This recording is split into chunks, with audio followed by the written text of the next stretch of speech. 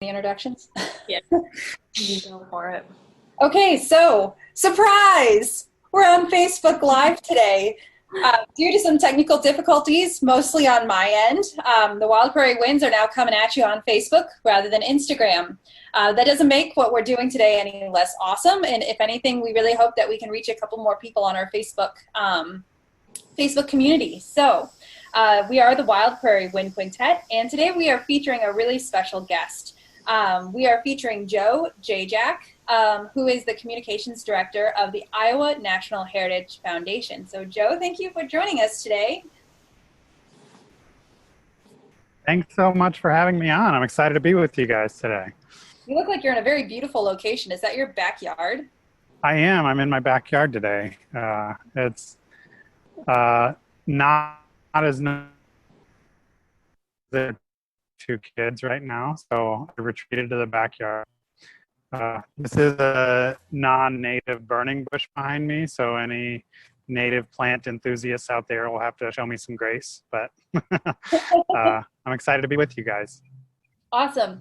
So we really want to start off our discussion today kind of learning a little bit more about INHF and what they do, as well as we want to learn a little bit more about you and how you came into your position and what it is that you actually do as the communications director, apart from all this crazy interaction with us that kind of got thrown at you. But yeah, we really would love to learn more, because even as I've actually been to your office in Des Moines, which is actually really cool, and I've worked with Abby. What is Abby's title?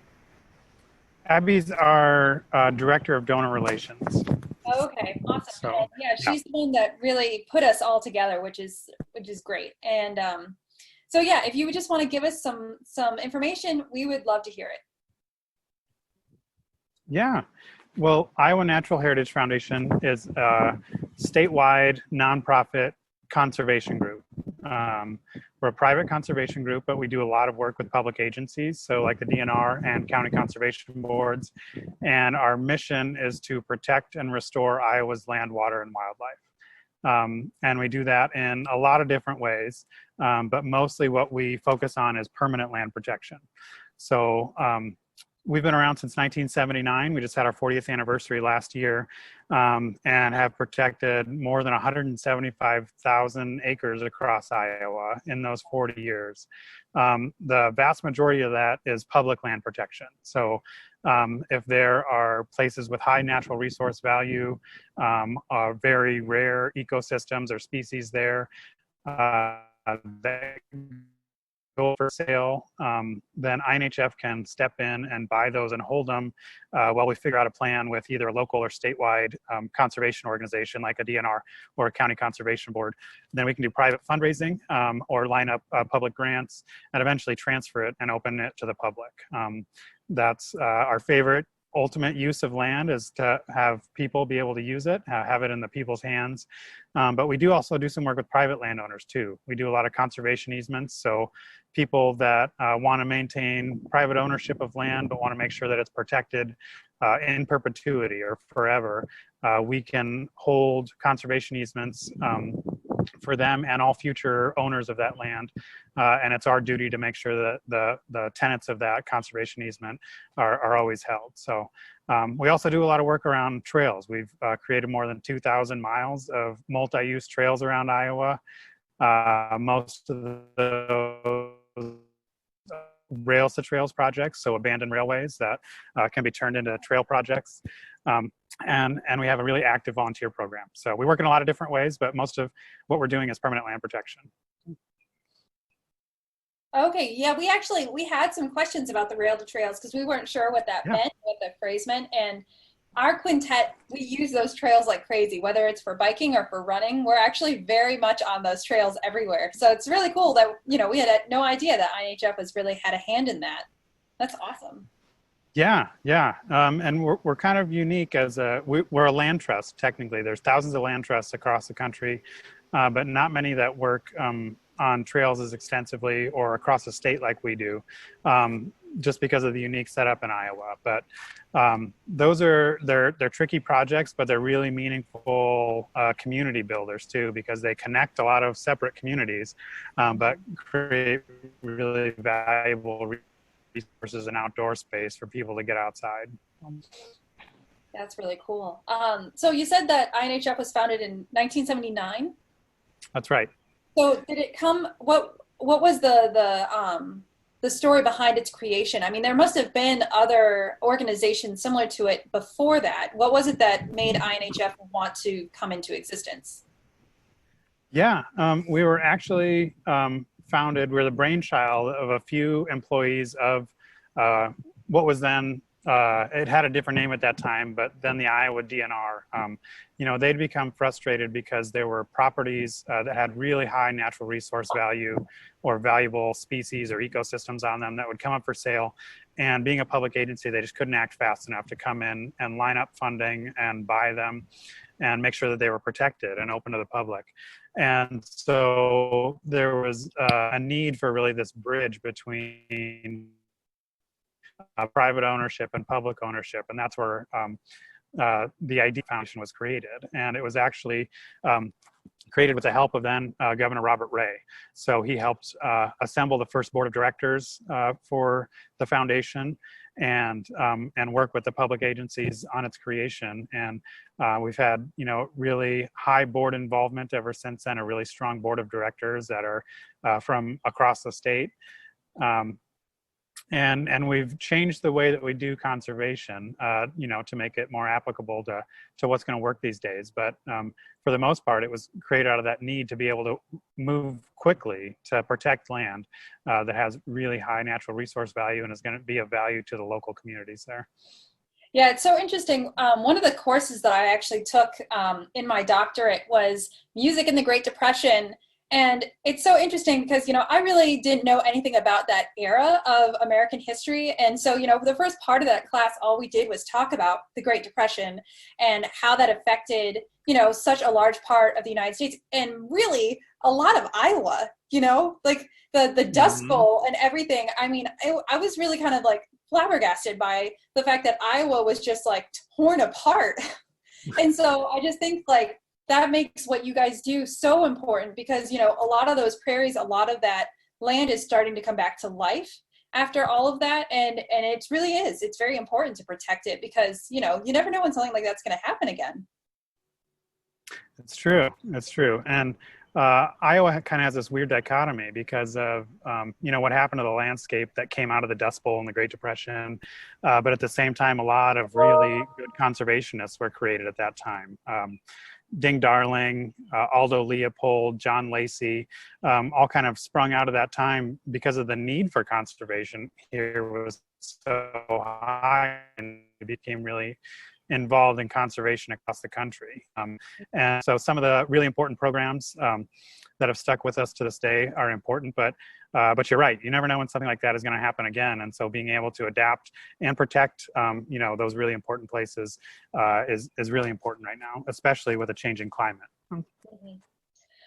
Joe, can you let us know, I mean, when did you join INHF and what was it that you did before? I mean, you said your background's in journalism, if I remember correctly. So I'm just curious, like what brought you into the organization? Yeah, my background's in journalism. I worked in newspapers and magazines for a while. And actually the first way I found out about Iowa Natural Heritage Foundation was from a t-shirt being sold at Ray Gun. And they have a few locations around Iowa, but they were selling a t-shirt that was benefiting the creation of the High Trestle Trail, which has become since then a pretty famous trail. They have the bridge that goes to Des Moines River. And so I said, this is cool. I like to bike. I like trails, and found out more about INHF and became a member and followed them for years. And then I saw when they had a communications position open up, you know, I didn't really think I was qualified, but I thought I love this organization and I was lucky enough to be hired. And since then, you know, I've become the director of communications. I oversee our magazine and website outreach. And I really love it because I'm able to put together sort of my background in journalism, my love of storytelling, with my love of conservation and being able to tell the really important stories of land protection and environmentalism and conservation that are happening across Iowa. And so I feel lucky to be where I am. Sometimes I'm a little out of my depth on biology and ecology and conservation issues, but I've learned a lot since I've been here for 5 years. But that's my story. I grew up in Western Iowa and Council Bluffs in the Luss Hills. And so I've always had an appreciation for that native prairie and some of those rare landscapes across Iowa. But it took me a long time to put the pieces together, really how important protection of those places are. So. Yeah. Our love, I mean, honestly, like, so our quintet, none of us are technically from Iowa. I mean, Jenna has a lot of Iowa blood in her through her family, but the rest of us have no connection otherwise. We're not born here. Some of us are from the Midwest, some of us are from the South, some of us are from Canada. It's kind of like all over the place. But what really like made us start loving Iowa and the landscape of Iowa and was we started doing these statewide tours a couple of years ago. And these tours, we would just drive around in a minivan. and it really, as we're driving all across the state, from east to west, going all the way down to the Missouri border, going north toward the Decorah area. I mean, we just were just in love with everything that we were seeing. And we also went to like a buffalo ranch where we got to like feed buffalo, and we like went on like a tractor ride to get to where they were. I mean, it was just, you know, it's that experience and those experiences that it really pushed us to want to create like our partnership with the Iowa National Heritage Foundation, because we were like, we have to give back to this state because we love it so much. And so, yeah, I mean, we just, you know, we understand where you're coming from, where it's just, there's such a great amount of landscape and beauty that people, I don't think, always think of when they think of Iowa. I mean, we always make the joke of corn.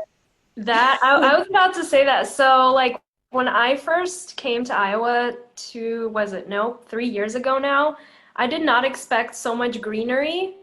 I did not expect so many forests. I did not expect like lakes, and even if they're man-made lakes, like there is water here in the river, and like there was things that were unexpected. Like I thought it was just going to be like flat cornfields. That's sort of what my mind conjured up, but it really, I mean, it was super special to come here and see that, wow, there are hiking trails and there's like bike paths and all this stuff. So yeah, it's super important and unexpected. Yeah, it's so funny. Like when we would be in our little minivan driving around, like we would just stop at places. We would stop at parks and be like, "Oh my gosh, you see this is like really pretty." And we would just like pull off to the side of the road and just stop and get out because, yeah, we just thought this is like, we can't pass this up. You know, it was so cool. So let's talk about. I really would love to hear about why you and your organization feel conservation is important, and what has pushed for a lot of your current projects to be in existence. I would love to hear what you have to say. Yeah, you know, like I said, our mission is protecting and restoring Iowa's land, water, and wildlife. But really, why conservation is important, especially in Iowa, it's a quality of life issue. Having people have access to the outdoors, having them have easily ready options for public health, you know, trails and parks and green space and open space. And having people like yourselves that come from other places in the country want to stay here, or having native Iowans want to stay here. Conservation is a really important piece of that. The Iowa Tourism Association, a lot of recent studies, and outdoor recreation opportunities is always at the top of the list for reasons that people want to stay in Iowa, along with good jobs and safe places to live and things like that. And so it's something that people want, especially young people, and it's really important for keeping people here. But conservation is important for, obviously future generations. It's a quality of life issue for young people.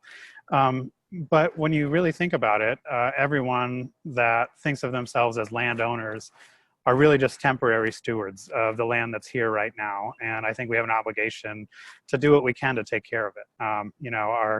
The climate is changing quickly and in a lot of ways that are unexpected, even in Iowa. And we're seeing a lot of changes that can be addressed by listening to the land. And that's why it's important, to recognize what's here naturally, what can help the earth heal itself as much as people can help it to heal. And so recognizing the opportunities where we can make a difference, go in and make a difference through conservation are really important. So it's about people, it's about nature, and it's really about those voices that can't speak for themselves, like future generations, plants and animals. And I think we have an obligation to speak up for them. So. Yeah, I love how a lot of the trails and whatnot, and a lot of the parks have those signs of like prairie in progress or the prairie restoration. Yeah. We actually almost thought about when taking like a sign of the prairie in progress and somehow trying to use that, because it's just, but it's true. I saw today, I went up to Jester Park, and they had a sign that talked about their prairie, their like starting a prairie area. And it said that it was started in 2019 and that it takes up to 10 years for the prairie to actually like be at its full glory. And it's amazing that it takes that long. It is. And I think that's why it's so important to protect those pieces of remnant prairie that we have left. Iowa, it used to be mostly tall grass prairie, and we have about 0.1% of what was originally here in Iowa that was tall grass prairie. And like you said, to rebuild those plants and rebuild that soil structure can take a long time for a prairie to mature. We have one going in our own yard right now, and it looks like a patch of weeds for a long time until it really gets established. So protection of what we have left is just as important as restoration of those places, that are really important for water quality and for wildlife habitat and things like that. So we've been happy to help out on additions and conservation easements around Jester Park, a lot in central Iowa, and it's just a beautiful area up there. Yeah, I had a great time exploring that entire area. I saw, I love the campgrounds. I like searched through all the campgrounds, but then I also saw the bison and the elk, and I just had like a moment of freaking out, because like the bison were like all in like a big herd, and they were like going, like wading through the water, and I was just like, oh, this is so unreal. It's beautiful. It's hard to imagine what Iowa looked like, about 160 years ago, when there were bison dotting those prairies all over the state. And you can get glimpses of it around the state in places like that. So it's pretty special. Yeah. So what projects has the Iowa National Heritage Foundation finished or started recently? Yeah, we have a lot of projects going on. Always kind of in the middle of a bunch of them. We protect about 5,000 acres every year, and that's around 40 or 50 projects that we're doing around the state. But some of the bigger ones that we've done recently that people might be familiar with, there's a 4-H camp former 4-H camp in Boone County along the Des Moines River. Had been there for more than 6 decades, and thousands of people spent summers there at that 4-H camp. It became financially unfeasible for them to keep running it as a camp, which is a sad story for many camps across Iowa and the country happening right now. But it's a beautiful place that has really high quality oak hickory woodland, miles of hiking trails that go through the property, restored prairie on there. And, it was going to be split up and auctioned off, and INHF saw real value in keeping the property all together, making sure that there weren't real future developments on it, and making sure there was protected. So we were able to buy that last fall We're in the process of working with some public partners right now to figure out the best future use of that area and what it's going to look like. But I know it's a spot that has been special to a lot of people over the last few decades because they've learned about conservation, they've learned about the outdoors by spending there, a camper or a counselor. So that's one that we're really excited about. In Northeast Iowa, protected a few trout streams recently. People that get up that way very often are probably familiar with Bloody Run Creek. We've done some protection along there and expanded some trout fishing opportunities. And in Jackson County, Mill Creek, it's a property that we're going to own permanently that was bequested to us. Someone left it to INHF in their will, but there was a real desire to have continued public access on that. So we have an agreement with the DNR where there's still some access to it, but we're going to be the permanent stewards of that land. So we'll own and manage it for the foreseeable future. But we're happy to see that is still open to the public. And so those are a few of the projects we have going on. Some of the trail, you mentioned trails. We're happy to help Dallas County with their connector trail project that's connecting pieces of the Raccoon River Valley Trail and the High Trestle Trail. There's about a 9-mile gap in those, which are two of the biggest trail systems in Iowa. And we're helping to get funding and some land acquisitions for that project and connect those two trails, which will make a few really big loops coming out of the Des Moines metro area and make the trail system that much better. And so we're always working on a lot of stuff.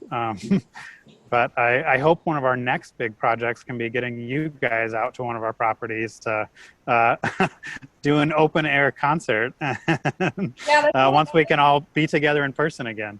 Yeah, when I was at Jester Park, I saw that has an outdoor amphitheater, which is awesome. And not only is it this amphitheater, but it's like nestled into the campground, which is a perfect place for an amphitheater because you have people who are staying there and they have to listen to you whether they want to or not.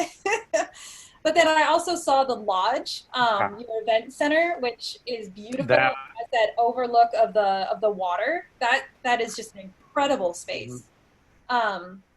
And then I also saw that there were cabins. And so I actually messaged our group when I saw them. I was like, okay, so our week-long residency is going to be here.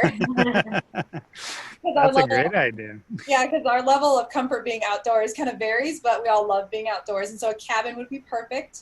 But yeah, I mean, it was actually really funny. I had a conversation with Abby about that campground, that 4-H campground that you guys were able to come into. And it was actually like fun to talk about the possibilities of what we could do also to help with that project, whether it was doing some sort of educational program or some sort of small music camp.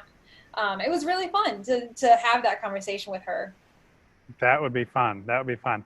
I can hear the music now through the Des Moines River Valley there. So I think there's some real possibility. Yeah, we actually are even currently working with a composer who's writing a piece for us that is actually based in themes of nature. So who knows what that could be used for. We're really excited about it.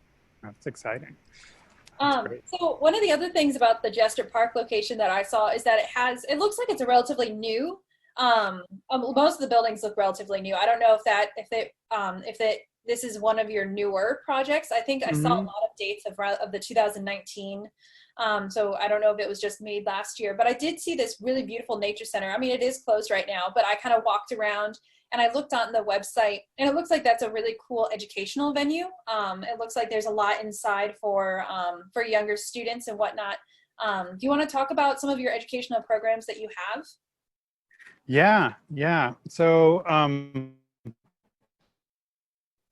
I'll tell you, INHF doesn't do a lot of direct education, and that's because our county conservation boards do such a good job of it. So the Nature Center is run by the Polk County Conservation Board, and they have done a wonderful job with that Nature Center and with their programs throughout the county. So Polk County has a lot of really great parks spread out across the county, but that Nature Center really adds a lot of value where people can go to a central location, do educational programming, and use that really as a place to launch into other parts of the park and get into nature a little bit. And so all across the state, county conservation boards have really taken a lead on education and partnering with schools, getting young people outdoors, because you really have to start people young if you want to instill an appreciation for nature and appreciation for the outdoors, and the value it has for people's physical and mental health, as well as plants and animals. And so our county conservation boards do a great job. I'm happy to partner with a lot of them. We do some education through our publications. INHF does a quarterly magazine that goes to all our supporters, and we try to include some helpful hints, some education on natural ecosystems and restoration around Iowa and things like that. But we're also happy to play a partner with some of those great organizations that are doing good work around, or all around Iowa. Yeah, I remember some of my most impactful trips as a young student. I grew up in Michigan, and we would go to, there was something the fifth graders did. We would do an extended 3-day stay at a YMCA store camp, which the YMCA camps, I don't even know if they're still running. I would hope so, but very rustic. Very, very much in the middle of nowhere in Michigan. And of course, like during our 3 days there, you're not doing school. I remember we did horseback riding, we did archery. It was during the fall, so we did not go into the water, which is probably for the best of us, but we did all sorts of hiking and, leaf gathering. And those 3 days of my fifth grade year are the only things I remember. And it was so great. And and I'm so grateful for that experience, because it really, I think, made a big difference for me as a young person. It does. Those create some really memorable moments. And there are still Y camps. There's one in Iowa, actually up near the former 4-H camp along the Des Moines River Valley up there. When we started working on this camp, we talked to a lot of former counselors and campers that had been there. And one of them said something that really stuck out to me. She said when she was running the camp, she would tell her counselors, when you're outdoors and there's something in nature that makes the students look up, stop and do that instead of whatever you're doing. So, if there's a flock of birds flying over, if there's, a cool looking bug or a snake on the ground, stop whatever you're doing and pay attention to that. And those are the things that kids really remember. And creating those connections with nature are really, really important for a continued appreciation as people grow. So that's good to hear. I'm glad, those are some of the things you remember from up in Michigan, and we're trying to recreate pieces of that here too. Mm-hmm. Do any of you guys, do you have memories from your childhood of being outside? I grew up going to a summer camp, like a week-long summer camp every summer in Mississippi, and it is like absolutely the best memories I have of my childhood. And we would do all the outdoorsy stuff, like, go canoeing and like go camping. And it definitely had an impact on me, because I love being outdoors. Like I thought, Joe, what you said about how all the opportunities for like all the parks and trails and stuff make it hard for people to live in Iowa. And I can totally relate to that, because I've thought about a lot recently, like, if or when I ever do move away from Iowa, it's going to be really hard, because from where I live, I can walk. Like, I can take a 10-minute walk and go to 3 different parks, which I think is really amazing. And I've never lived somewhere where that was a possibility. I think Iowa was really special for that reason. That's cool. Yeah, I have the same experience. Jenna, go for it. Oh, you're good. No, I just, so both my parents were born and raised in Iowa, and I was not, but my entire extended family is still basically in the area. So every summer and every winter, every Christmas, I would come to Iowa and visit all my family. So I have a lot of my summer memories are at various, parks and trails and things in northeast and central Iowa areas, very rural areas and small towns and things like that. So in my childhood mind, Iowa and nature is directly associated with snow. As funny as that is, because I grew up in Kentucky, so we had snow sometimes, but like an inch or two at a time. So it was really exciting when I could go to Iowa in the winter and experience the snow. And then I moved here as an adult, and it was still magical, but I walked to the music building in the snow a lot. So I got to experience that firsthand also as an adult. So, but it is still just as pretty as it was when I was little. That's Yeah, I was living in Iowa City up until April, and then I moved here to Des Moines, and the trail system in Des Moines is outrageous. It is outrageous. I couldn't believe it. I mean, there's literally trails like all around my house that I can just like walk to and then run a marathon. Like it's just like they extend all over the place. And I love the fact that they also go into the downtown area. So it's like you can go basically anywhere within the cityscape, which is great. And then my husband and I also purchased bikes relatively recently. And so we got those Raccoon River Trail passes. And knowing that the Raccoon River Trail is it's like it's more than 30 miles long. It's Yeah, I think the full loop is close to 80 miles. Yeah, I've never had that ever. I mean, I've lived in Michigan, I've lived in Ohio, and now I've lived in Iowa, and I've never had something like that before. And we haven't used it yet, but we're going to. And it's just so cool that exists. Yeah, the bigger cities in Iowa are really lucky to have trail networks that are running out of them. I try to do an annual bike camping trip that includes part of the Raccoon River Valley Trail and the High Trestle Trail, or some of those ones that spur out of central Iowa every year, and either camp or stay in cabins overnight along the way. And you're right, there aren't a lot of other places in the country you can do that. And so one of our INHF's very first projects actually was the Hoover Nature Trail, not too far from Iowa City.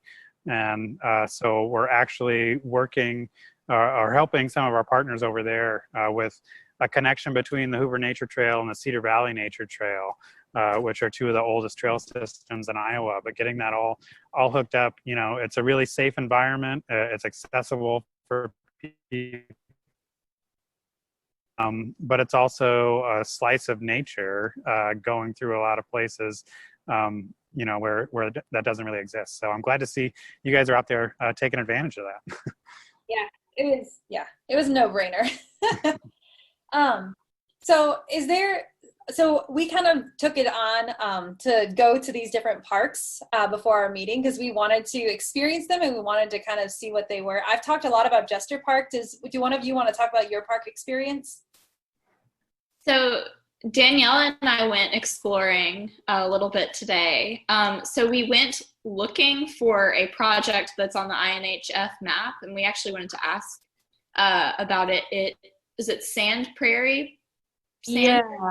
Mm-hmm. And so it looks like we saw it on the map, and we drove over there, walked around. It looks like maybe it's connected to or adjacent to Terry Trueblood Park. Yeah.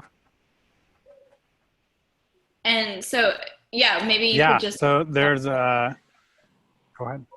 No, go ahead. Yeah, it's no, I'm really glad you guys got there. That's exciting.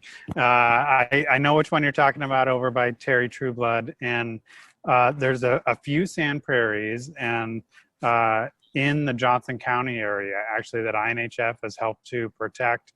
But that's one of them. And sand prairies are a really rare ecosystem in Iowa. I told you Iowa is mostly tall grass prairie. There's some that are these remnant sand prairies that have obviously a lot drier climate. They have some really rare species that exist only in those places. And so if you don't know what you're looking for, it's hard to see it. But if you really seek it out, it's fun to go and look for some of those. It's kind of the same with a fen. There's a few fens in the Johnson County and Iowa City area that I need help public partners to protect. But a fen is kind of a unique type of wetland prairie mix that doesn't exist in a lot of places. But there are a few across the state that we've had a hand in helping. And so I'm glad you guys could check that one out. That's fun. Yeah, are there any, for if we go back, is there anything we should look for, like certain plants or anything that yeah, I'm not the person to ask for that. but I can follow up. I'll check with our stewardship director or some of our land stewardship interns that are probably helping to work on those properties this summer. And so for some reason, I think, and I'm probably going to get an email about this, so I shouldn't even. But I think there's some kind of skink that is native to sand prairies in Iowa and really need that type of ecosystem to exist. I know there's a few different skinks that live in Iowa. Yeah. Awesome. So What is that? look for that. So it's like a little lizard type animal. It's like they're like fat-bodied. It's like a super fat-bodied lizard. well, Yeah. sometimes they can be skinny though, I think, but they're like really slippery, right? Like more than a lizard. Oh, lovely. Different varieties of skink. Like some of them have like longer tails, but then some of them have like stump tails. So I actually, fun story. I worked at the Columbus, Ohio Zoo and Aquarium for one summer as actually like an educational instructor, which is super hilarious because I have no background, but they teach you what to teach basically. And so one of the things we had to do was show animals. We did like show and tell with animals, and skinks were one of those animals. So I would like have this skink like on my forearm, and the kids would like get to touch it. That's fun. Also, so. You also, I just wanted to mention the wetland prairie that you mentioned a second ago. There is a park basically right across the street from where I live that I go to all the time, and it's like a protected wetland area. I don't know if it's like technically a wetland prairie, but yeah. Before this call, I was just there picking mulberries actually because there's a ton of mulberry bushes, and so I went out there with like my Tupperware container and picked a bunch. It's really nice because it's like swampy. There's a lot of frogs and there's like geese and ducks, and it's really fun to explore over there. That's fun. That's cool. That's another one of those places. You know, Iowa, it was basically prairie and wetlands about 160 years ago until there was true land transformation here. And that's one of the reasons that Iowa has such a problem with water quality is that the disappearance of wetlands, because those are really used as a sponge to absorb sediment and nutrients before it gets into our major water systems.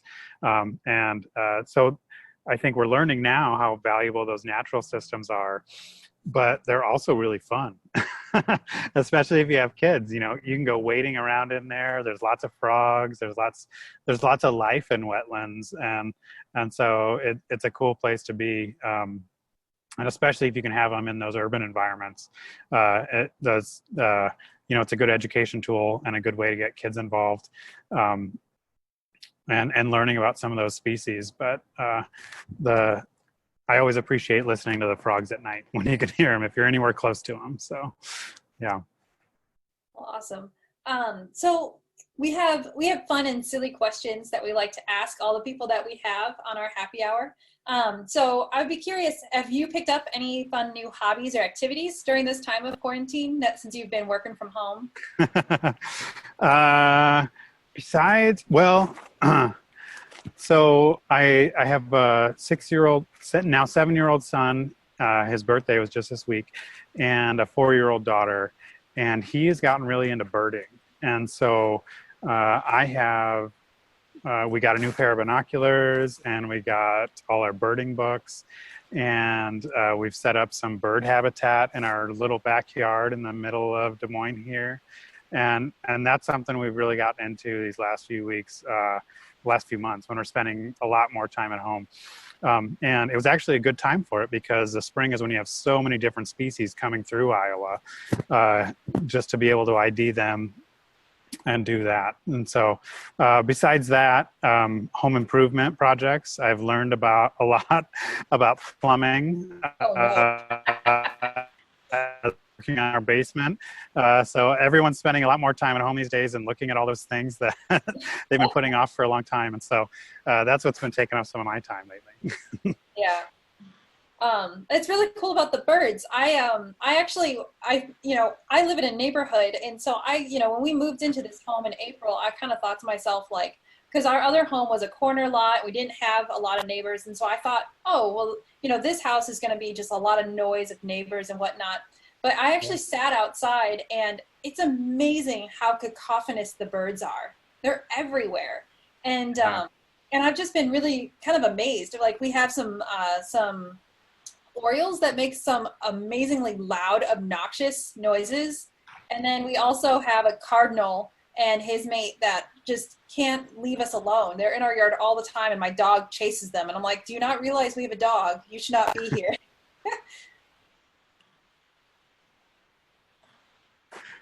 It's amazing what you can see in your own backyard, even when you're in the middle of town, especially if you give them, a little bit of cover. So, beyond even just bird feeders and things like that, just if you have the right types of plants there, you're going to see a lot of birds in your backyard. And that's something I've learned, from Iowa Audubon, their director there. He told me they do bird counts all over Iowa, but really what they get the most out of is people just looking in their backyard and helping them with bird counts to see what's migrating through, what numbers are like this year. And so it's really cool if you're just paying attention. Yeah, absolutely. So even though we're a music group, we haven't asked you any music questions. What kind of music do you like to listen to? Yeah, I'm a fan of mostly like roots and blues music. And so I listen to a lot of that, and I actually have a good tie for this, so you'll have to follow me on this journey for a little bit. But one of my favorite places to go listen to music in Iowa is at Codfish Hollow up by Makokata. And I don't know if anyone's ever been there before, but it's a music venue that's an old barn in the middle of the country, and it is this beautiful place. But one of my most memorable concert experiences was seeing Nathaniel Rateliff and the Night Sweats there in the middle of summer. My wife and I went up there and camped in their cow pasture and saw this music up there.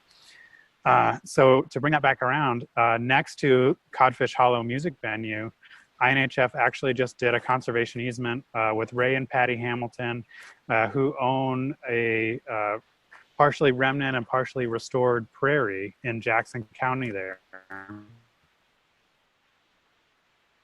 Just this week, you may have seen in the news that there are a couple bears roaming around Iowa. There are black bears, and one of them was on Codfish Hollow. So it went through the property where we had the conservation easement. There's another one that's more down by like the Quad Cities, and thankfully the DNR is trying to protect them and keep people away from bugging them too much and let these bears continue their journey. But so that was my big exciting tie for places I love to see music and conservation this week. Wow. Makokata is also where there's like a caves. Yeah. Yeah, Makokata Caves. It's a beautiful state park. If people haven't been there before, you really got to get there. And the 100th anniversary of the establishment of state parks in Iowa is the best time to do it. Oh yeah. There's also an art center right in Makokata that I've actually played at. The University of Iowa Art Share program, I think, has a partnership there, and they've sent a couple of musicians to play there. So it is a little hard to get to for sure, but it's definitely a very nice town. Yeah.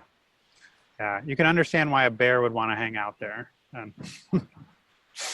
Scary. Amazing yet scary. Okay, so with our last couple of minutes, Jenna, you've been following on social media. Has there been any questions or any comments? No, just viewers, but they're very quiet. So Okay. Well, at least we know that they've been able to see us and been able to hear us.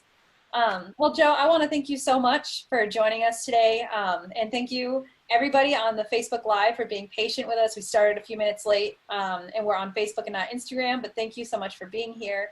And yeah, and we really look forward to this partnership of the Wild Prairie Winds and the Iowa National Heritage Foundation. Please follow both of our Facebook and Instagram accounts so you can keep up to date with what's going on. And we hope that we can collaborate soon. yeah. Likewise, I really appreciate the partnership with Wild Prairie Winds. I had a great time talking with you guys tonight.